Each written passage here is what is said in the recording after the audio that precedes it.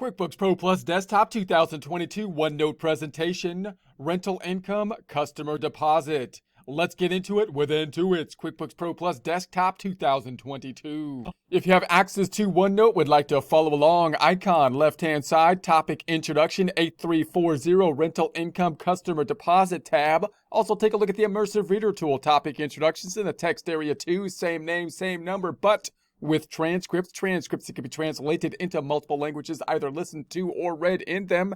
Same name and number as presentations as well. Topic introductions designed to give an introduction to the topic, provide screenshots, links where applicable, give accounting background to complement the presentations, and can be used to follow along with them if you don't have access to the software at that time.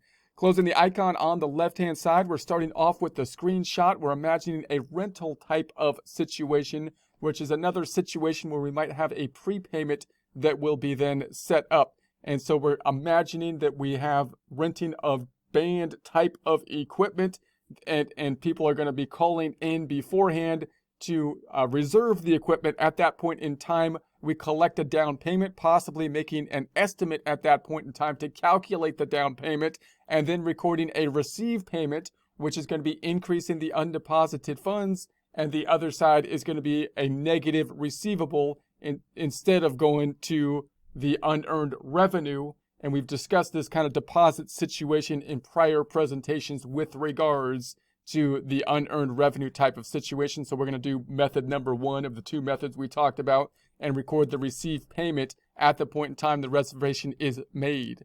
So we went down here and we looked at the band set. So we created up our band set. This is going to be the item that we're going to be using in order to be populating the invoice when we get to the invoice, and we could use it to populate an estimate as well to get a calculation of what that prepayment should be. So we're going to go to customer number 5. We're going to assume this is a customer, calls in, wants to reserve the band set, and we're going to say, okay, we're going to do a calculation, which again, we could use an estimate to do. We're going to calculate possibly some portion of it that we want to collect in advance in order for us to reserve the equipment. We're going to say that's $200 here. What's this going to do then? This is going to be increasing the undeposited funds. The other side is going to be that negative receivable as opposed to a positive liability for unearned revenue.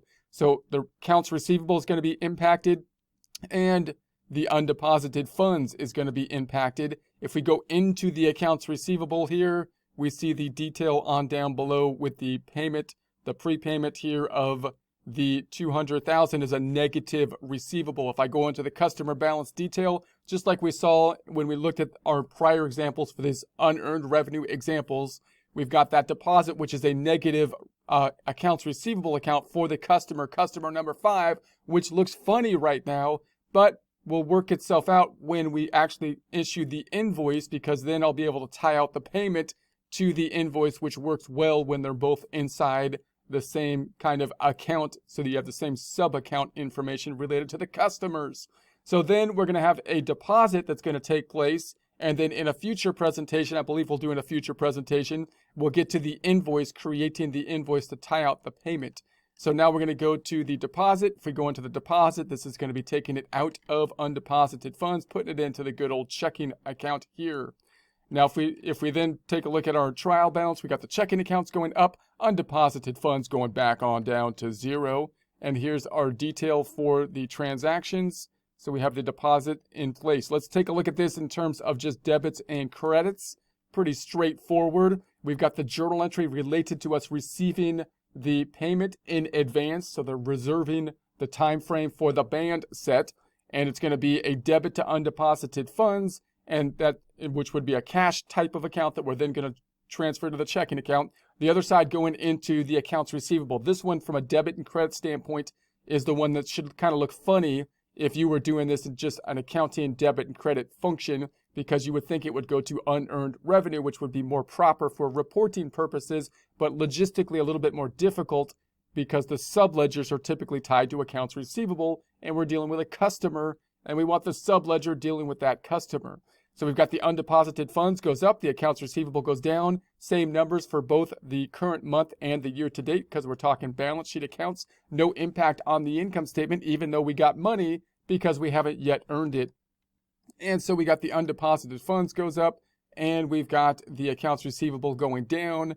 And then the subledger for accounts receivable for that $200 was customer number 5, which I think is going to be over here. New customer. We've got this negative amount in customer number 5, which is kind of, for reporting purposes, wrong, because if it's a negative number, that means we owe them something, either services or money, and it should be a liability.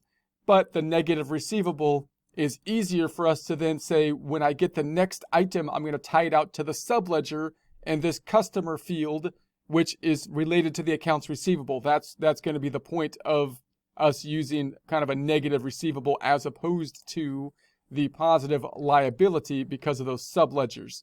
And then we're going to say that we're going to deposit into the checking account. So we're just going to debit the checking account. The other side, credit undeposited funds. So now we're taking it out of undeposited funds and into the checking account. If we look at the GL here, checking account going up from 104,002 by 200 to 104,202, and the undeposited funds going back down to 0 as clearing accounts do, was at 200 going down by 200 to 0.